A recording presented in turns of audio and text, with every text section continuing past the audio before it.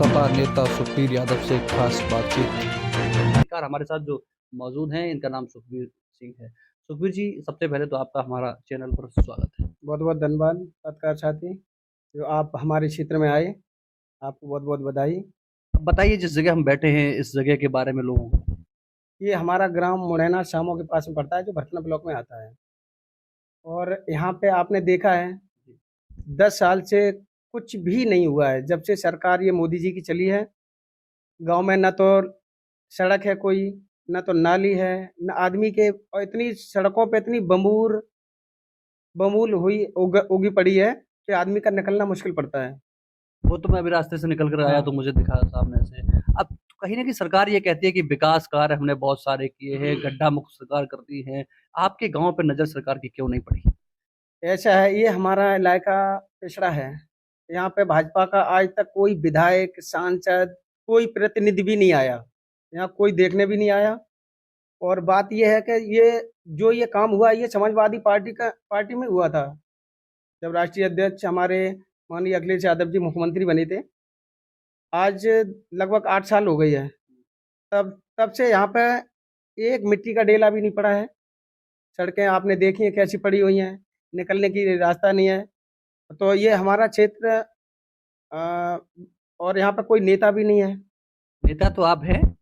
नेता के लिए तो हम तो माननीय नेताजी मुलायम सिंह यादव जी का अनुसरण करते थे, और इसीलिए मुझे ये पैगाम उठाना पड़ा कि अपने क्षेत्र को आगे कैसे ले जाएं, अपनी बात कहाँ तक पहुँचाएं। तो इसीलिए हम ये काम कर रहे हैं। अच्छा, आप ये बताइए मुझे, राजनीति में आपकी शुरुआत कब हुई थी?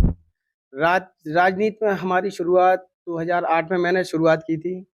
और मैंने देखा था हमारे गांव को जोड़ने के लिए अचलदा ब्लॉक, भरथना ब्लॉक, उधर महिवा ब्लॉक जाने के लिए हमारे यहाँ रास्ता नहीं थी।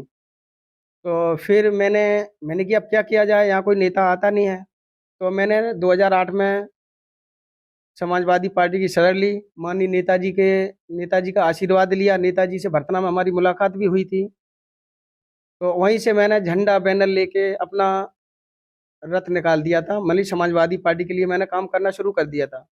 तभी मैंने ये सड़कें अड़कें नेताजी से कह के, विधायक जी हमारे प्रदीप यादव जी थे, तो उन्होंने हमारी ये सड़कें गांव की सही करवाई थी। और फिर राष्ट्रीय अध्यक्ष जी ने डामाडामर करवा दिया था। और 10 साल हो गए, तब से कुछ भी नहीं हो रहा है। और बहुत बेरोजगारी है गांव क्षेत्र में, बहुत समस्याएं हैं। राजनीति में आप अपना आदर्श किसे मानते हैं? राजनीति में हम अपना आदर्श माननीय नेताजी मुलायम सिंह यादव जी को मानते हैं। अब वो नहीं रहे हैं, तो अब हम माननीय राष्ट्रीय अध्यक्ष श्री अखिलेश यादव जी के राष्ट्रीय अध्यक्ष श्री अखिलेश यादव जी को ही अपना आदर्श मानते हैं। और उनका जो भी अनुसरण या अनुपालन होता है, ऊपर जो आदेश होता है, हम उसका तुरंत अनुसरण करते हैं। अच्छा, मैं आपसे ये जानना चाहूंगा कि आपके सर पर जो अभी लाल टोपी आपने लगा रखी है, वैसे समाजवादियों को टोपी लगाने से पहचान रही नेताजी मुलायम सिंह यादव, अखिलेश यादव हमेशा टोपी लगाते हैं। ये युवजन सभा की टोपी आपने लगाई है, इसका महत्व क्या है और युवजन सभा के बारे में हमें बताइए। पत्रकार साथी, आपको पता है कि युवजन सभा ही हमारी युवाओं की फौज है। युवजन सभा जो है वो हमारी युवाओं की फौज है। वो ही हमारी गरीबों, पिछड़ों, दलितों की आवाज़ बुलंद करने के लिए युवजन सभा बनाई गई है। और हमारे पहले राष्ट्रीय अध्यक्ष श्री अखिलेश यादव जी युवजन सभा के प्रदेश अध्यक्ष थे। और इसीलिए हम अपनी आवाज़ उठाने के लिए ये युवजन सभा में हैं। अच्छा, मैं आपसे ये भी जानना चाहूंगा, अभी 2024 का चुनाव बहुत निकट है। युवजन सभा आपका संगठन है, पार्टी 4 संगठन है आपकी पार्टी में। कुल मिलाकर अब तो और बढ़ा दिए गए हैं, अब तो अम्बेडकर वाहिनी वगैरह तमाम ऐड किए गए हैं। मैं ये जानना चाहूंगा कि आपका क्या प्रयास रहेगा 2024 में? किस तरीके से आप देखते हैं कि पार्टी मजबूत होगी और भाजपा का मुकाबला कर पाएगी? पत्रकार साथी, अब मैं आपको ये बताना चाह रहा हूँ कि हम युवजन सभा के पदाधिकारी हैं। और युवजन सभा युवाओं को जोड़ती है। हम दलित, मुसलमान, शोषित, गरीब, एससी, एसटी सबको लेके सारे युवाओं को एकजुट करके और बेरोजगारी का मुद्दा सामने लाएंगे। और बेरोजगारी तो आप देख ही रहे हैं, 10 साल से न तो कोई भर्ती है, न कोई व्यवस्था है। तो उसको हम जब आगे देखेंगे, क्योंकि हमारे गांव में जितने पहले गाय और बछड़े घूमते थे, उसी हिसाब से अब जो पढ़ा लिखा नौजवान सड़कों पर घूम रहा है, उसके लिए कोई रोजगार नहीं है, कोई व्यवस्था नहीं है। तो इसलिए हम युवाओं को लेके अपनी आवाज़ बुलंद करने के लिए 2024 में बहुत ही शानदार प्रदर्शन करेंगे। आप कह रहे हैं कि रोजगार की व्यवस्था नहीं है और अभी तो 66,000 की भर्ती निकाल दी पुलिस की। ये सर ये आपने ये 60,000 की भर्ती निकाली है यूपी पुलिस में, ये सिर्फ एक लॉलीपॉप है। और ये भर्ती चुनाव के समय पे दी हुई है। और ये भर्ती एक लड़के पे 200 लड़का चढ़ेगा। कहाँ से ये भर्ती हुई? ये भर्ती नहीं है, ये लॉलीपॉप बच्चों को दिया जा रहा है, क्योंकि ये चुनाव आए, चुनाव के बाद ये खत्म। और सारा पैसा इसका जो इकट्ठा हुआ है वो भाजपा के अंदर में जाएगा, वो अपना खर्च करेंगे। अभी आप कह रहे हैं किसान परेशान है, किसान कैसे परेशान है? किसान सम्मान निधि पा रहा है। किसान, अब आप गांव में तो देख ही रहे हो किसान किस लिए परेशान है। पहले किसान के लिए, पहले इन्होंने जवान को मारा, पहले इन्होंने किसान को मारा, फिर इन्होंने जवान की नौकरी कर दी 4 साल की। इसके बाद इन्होंने पहलवान को खत्म कर दिया।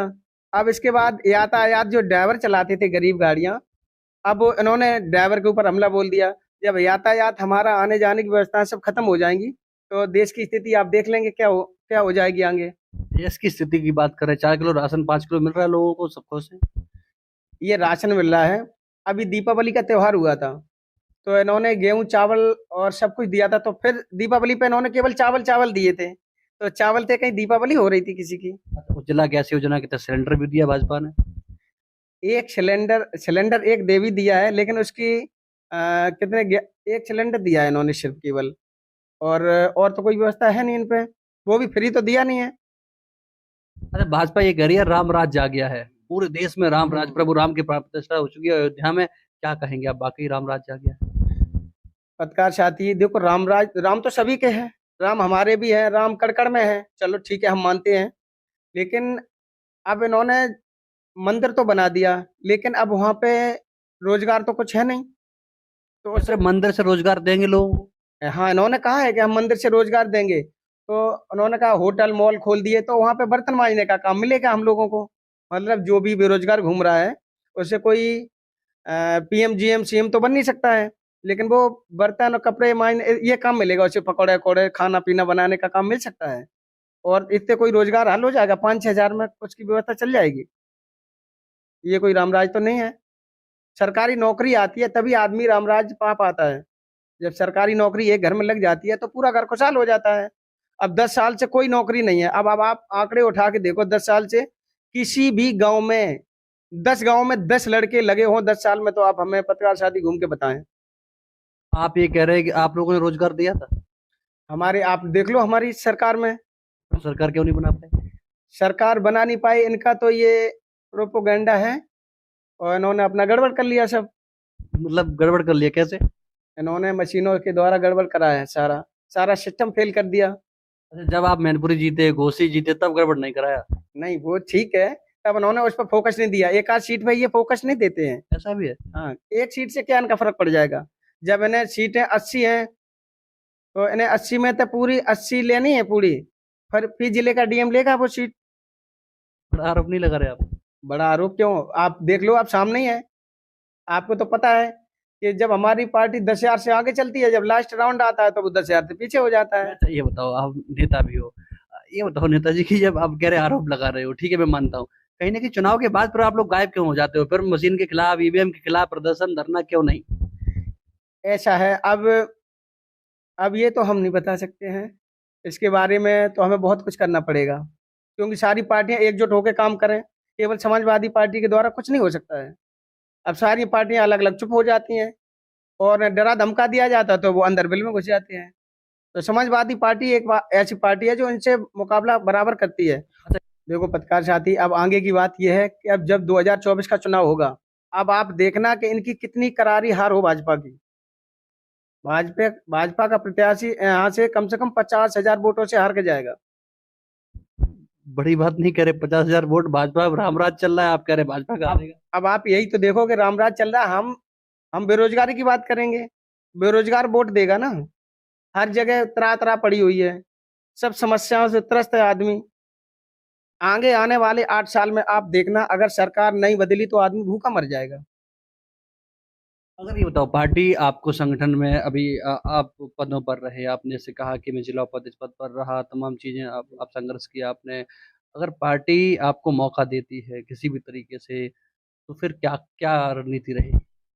मेरी रणनीति रहेगी, अगर हमारी पार्टी अगर चुनाव जीत के आती है, तो मेरा एक विजन रहेगा कि हम फी घर में एक रोजगार देंगे, चाहे वो रोजगार छोटा हो या बड़ा हो। मेरा एक मुद्दा रहेगा, अभी बात होगी, हम लोग बैठ के बात करेंगे कि सर हमारी अगर सरकार बनती है, हमारे राष्ट्रीय अध्यक्ष माननीय अखिलेश यादव जी का दूसरा नंबर आता है, मोदी के बाद दूसरा नंबर आता है, और उनकी टक्कर में कोई है भी नहीं। देश के प्रधानमंत्री से तुलना। हाँ हाँ, और क्या, उनके बराबर कोई भी नहीं है। और अगर हमारी सरकार जैसे बनती है तो फी घर में हम एक रोजगार लगाएंगे, एक आदमी को सरकारी नौकरी देंगे। ये समाजवादी पार्टी का वादा है, फी घर को खुशहाल करेंगे। ये तो इनके बाद है। दूसरी बात ये है कि अब आपसे भी जानना चाहूंगा, गणतंत्र दिवस पर आप क्या बधाई शुभकामनाएं देना चाहते हैं अपने चाहने वालों को, इष्ट मित्रों को, देशवासियों को, प्रदेशवासियों को, अपने जनपद वासियों को? मैंने अपने समस्त क्षेत्र वासियों को गांव-गांव में जाकर, प्राइमरी स्कूलों में जाकर झंडारोहण किया और ग्रामीणों को जागरूक भी किया है कि हमारा ये गणतंत्र दिवस है। इस आज के दिन हम स्वतंत्र हुए थे, लेकिन अब हम फिर स्वतंत्र भी नहीं हैं, अब वो अलग बात है। और अब आगे की बात ये है कि ये तो सभी का त्योहार है, इसमें तो आज़ादी है सभी के लिए। और आप भी हर जगह से खबर दिखाते हैं पत्रकार साथी। चलिए, आपका हमें कीमती समय देने के लिए आपका भी बहुत-बहुत